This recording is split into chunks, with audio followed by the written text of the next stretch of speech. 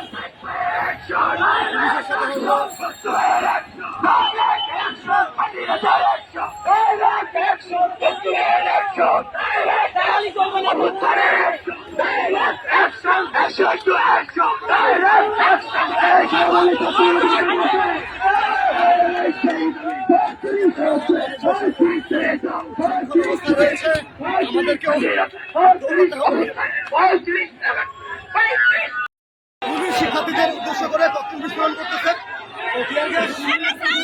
বিস্ফোরণ করছে। যমুনার সামনে থেকে শিক্ষার্থীদের ক্লিয়ার করার জন্য পুলিশ ইতিমধ্যে পুলিশের সাথে শিক্ষার্থীদের ধাওয়া পাল্টা চলতেছে এবং অনেকের সাথে ঝামেলা চলতেছে।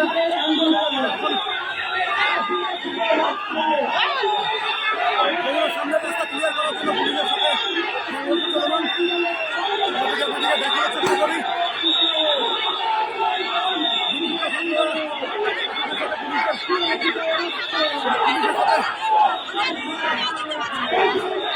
পুলিশের সাথে দফায় দফায় সংঘর্ষ চলমান এবং আমরা যদি দেখার চেষ্টা করি সামনে রাস্তা ক্লিয়ার করার জন্য পুলিশ শিক্ষার্থীদের লাঠিচার্জ করা করতেছে এবং শিক্ষার্থীরাও পুলিশের সাথে ধাক্কাধাক্কি লিপ্ত হয়েছে।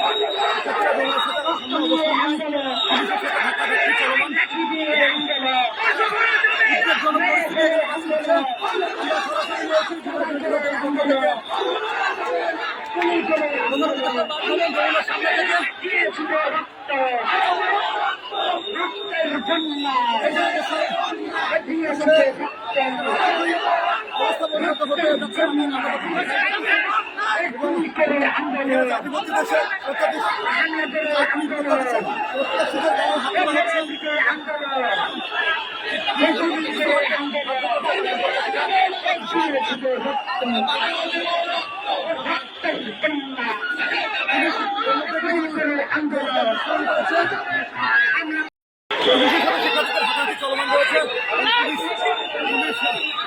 টিয়ার গ্যাস সহ বিস্ফোরণ করছে শিক্ষার্থীদেরকে সচেতন করার জন্য। আমরা সরাসরি রয়েছে এখানে এবং একটা রক্তক্ষয়ী পরিস্থিতি অবস্থানে রয়েছে। পুলিশ আসলে যে কোনো মূল্যে চাচ্ছে আইনশৃঙ্খলা পরিস্থিতি নিয়ন্ত্রণে নিতে এবং জায়গাটাকে পরিষ্কার করতে। শিক্ষার্থীরা কোনো অবস্থায় আসলে এই জায়গা দখল দিতে চাচ্ছে না, তারা তাদের দাবি আদায় সোচ্চার। এখানে পুলিশ বারবার সাউন্ড গ্রেনেড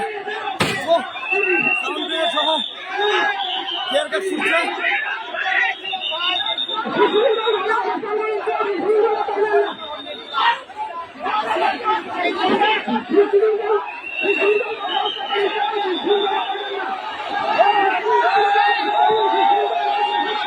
শিক্ষার্থীদেরকে ধাওয়া দিয়ে লাঠিচার্জ শুরু করেছে।